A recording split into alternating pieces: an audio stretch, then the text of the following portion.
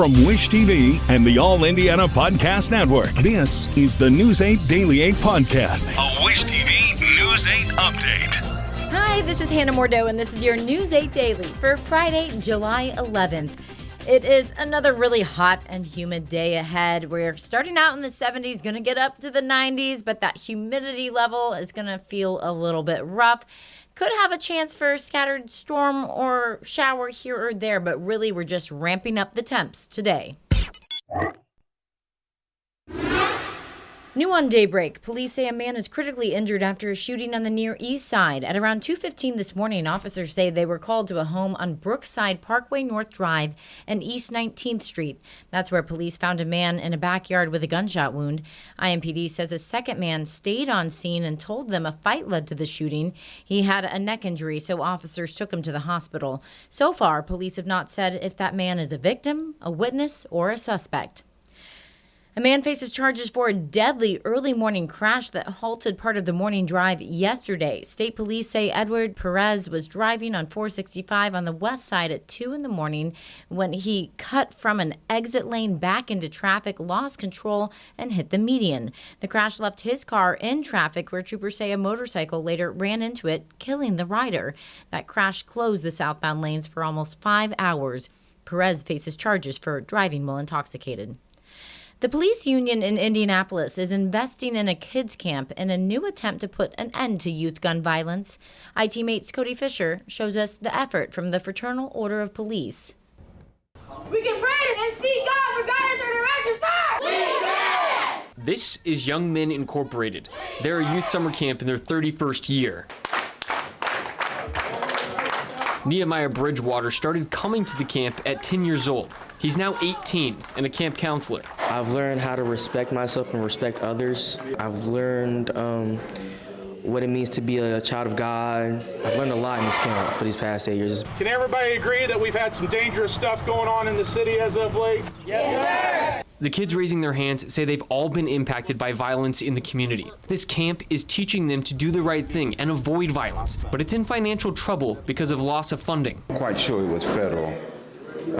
We are funded by Department of Child Services as one of their prevention programs.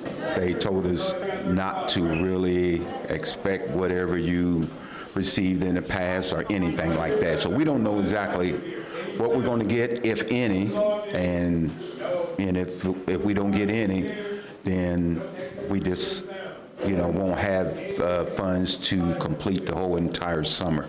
The FOP is helping out by giving the camp $5,000 to get by. We do at least this every year. And so I just challenge the community, put your money where your mouth is.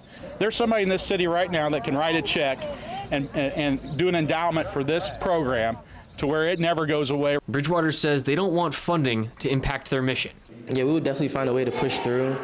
Even if some trips have to be canceled, we'll still find a way to have fun down here.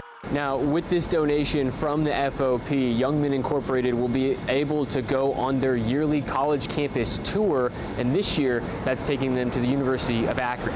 Reporting downtown for IT-Mate, I'm Cody Fisher for Wish TV and WishTV.com.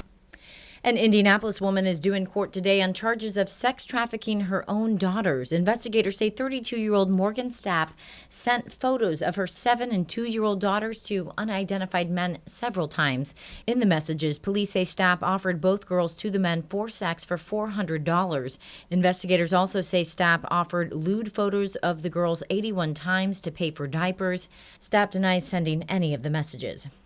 A man wanted for murder in another state is in custody after police arrested him here in central Indiana. Beech Grove police stopped Tyler Buclair Wednesday. He's facing charges for a deadly collision in Kansas. Police there say he was weaving through traffic and may have been drinking when he ran into another truck, killing a teacher and 2 teenagers. Beech Grove police say they got word that he was driving through our area in an SUV with a trailer, so they pulled it over and found Buclair and arrested him. It is not clear when he will be sent back to Kansas. Your statewide news network covers Greene County, where we have new video of a building collapse in Linton. You can watch it on wishtv.com. The security camera video from viewer Mike Moran shows the former G.C. Murphy store crumble to the ground. It happened on Monday.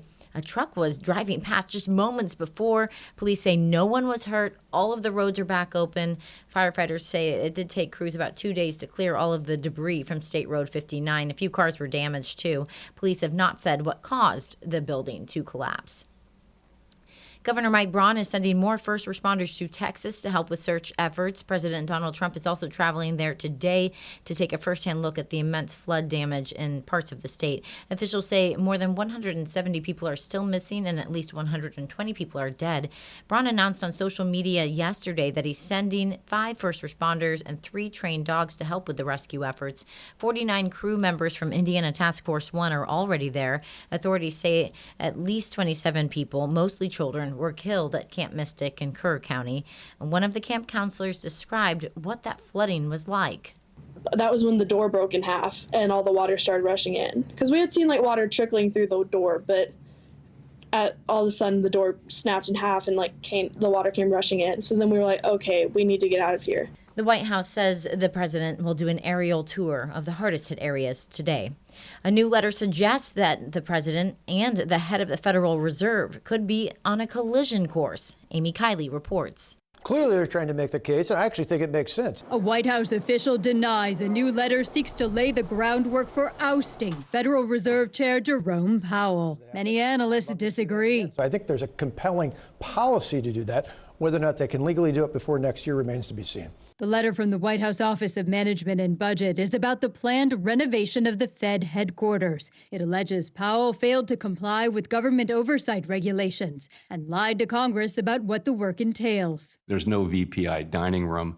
There's no new marble. We took down the old marble. We're putting it back up. It's no secret. President Donald Trump wants Powell out. He should resign immediately. We should get somebody in there that's going to lower interest rates. But he probably can't fire Powell for that reason. Supreme Court rulings forbid it. And analysts say the stock market could tank. They say Trump would need to find some other cause or convince Powell to quit. He is going to make his life as miserable as possible. Powell says the board probably would have cut interest rates if Trump hadn't imposed sweeping tariffs. Most economists say they're inflationary. But the president argues tariffs are good for the country. He has more planned to start August 1st. If we keep piling tariffs on, then we're going to have to keep waiting. I'm Amy Kiley for Wish TV and WishTV.com.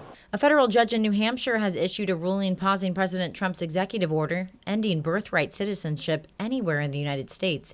The judge issued a preliminary injunction Thursday saying the president's order could do irreparable harm. The ruling puts the birthright citizenship issue on a fast track to return to the Supreme Court. The High Court ruled last month to limit the powers of lower court judges in this same issue.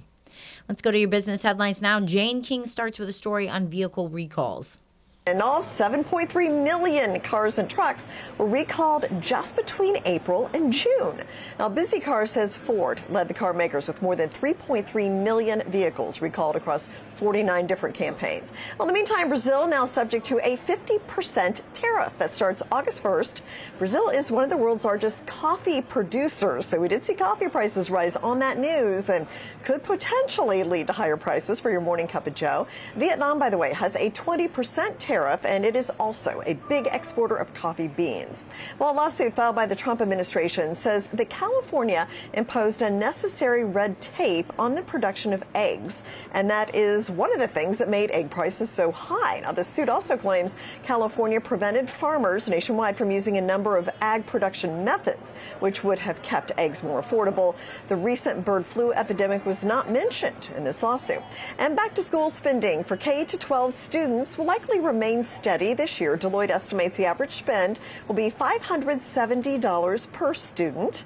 Back to school shoppers surveyed plan to increase spending on clothing and accessories while spending less on technology and school supplies. So the expectation is those will go down in spending by 8% and 3%.